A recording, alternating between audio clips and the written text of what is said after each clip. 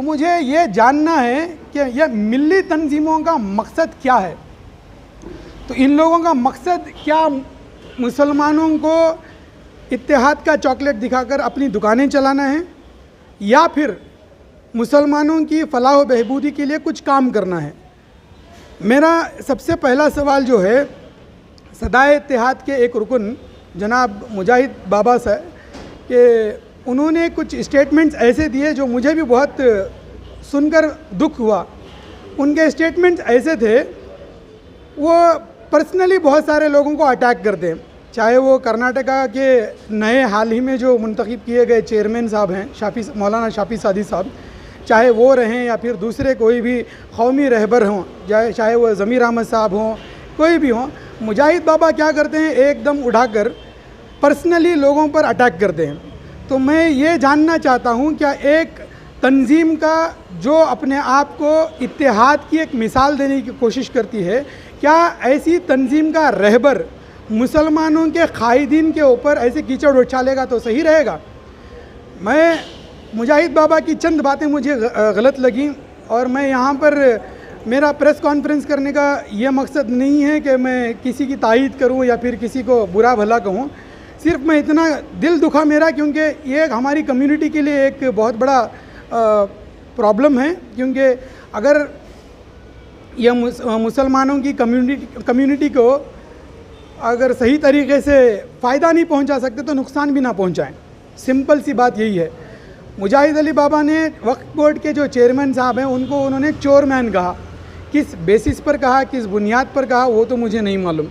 अब मेरा ये कहना है कि अगर मुजाहिद बाबा को परेशानी है वक्फ बोर्ड से, क्योंकि जिस तरीके से मुसलमानों की कम्युनिटी के अंदर हमारे अंदर वक्फ बोर्ड का जैसे ही नाम आता है तो लोगों के अंदर एक गुस्सा फैलता है।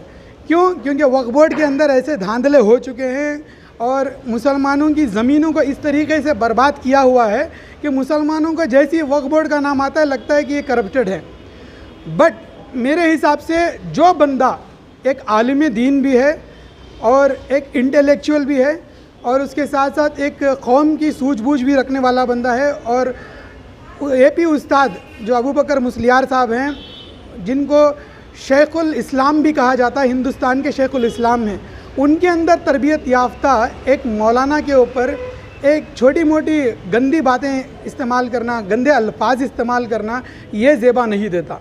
मुजाहिद बाबा से मैं एक ही बात कहूँगा कि मुजाहिद बाबा अगर जानते हैं कि इन्होंने कुछ घपला किया है तो इंशाअल्लाह अल्लाह रब्बुल इज़्ज़त गवाह है कि हम नौजवानों ने हमेशा एक ऐसा काम किया है कि कोई वो सियासी कायद भी हो या फिर कोई भी हो, गलत किया है तो अल्लाह के फजल से हम उनके गिरेबान को हाथ डाल के सवाल करने की हिम्मत रखते हैं।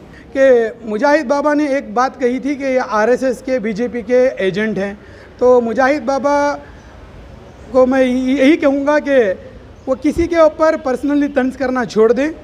रही बात BJP की या RSS की, तो कांग्रेस BJP की माँ है। मैं बिल्कुल यही कहूँगा कि क्योंकि मैं एक गवाह हूँ, जब मैंने दादा के पहाड़ के इशू को उठाया और नौजवानों को मैंने इकट्ठा कर इसके ऊपर एक मास साइनिंग का कैंपेन करा, तो उस वक्त मुझे मुजाहिद बाबा का फ़ोन आया और मुजाहिद बाबा जो हैं अनवर मानपाड़ी के घर जाकर मुझे फ़ोन करे और कहा कि इस मसले में तुम हाथ मत डालो क्योंकि ये RSS और BJP का मसला है। तो मैं मुजाहिद बाबा को उस दिन भी यही बोला था और अनवर मानपाड़ी साहब को भी मैंने यही कहा था, ये मसला RSS का, BJP का या किसी के बाप का नहीं है, ये मसला मुसलमानों के हक़ का है। तो मुसलमानों के हक़ के लिए लड़ना हमारा अव्वल फरीज़ा है। तो मुजाहिद बाबा इससे मुत्तफ़िक़ नहीं थे और ना ही अनवर मानपाड़ी साहब इससे मुत्तफ़िक़ थे।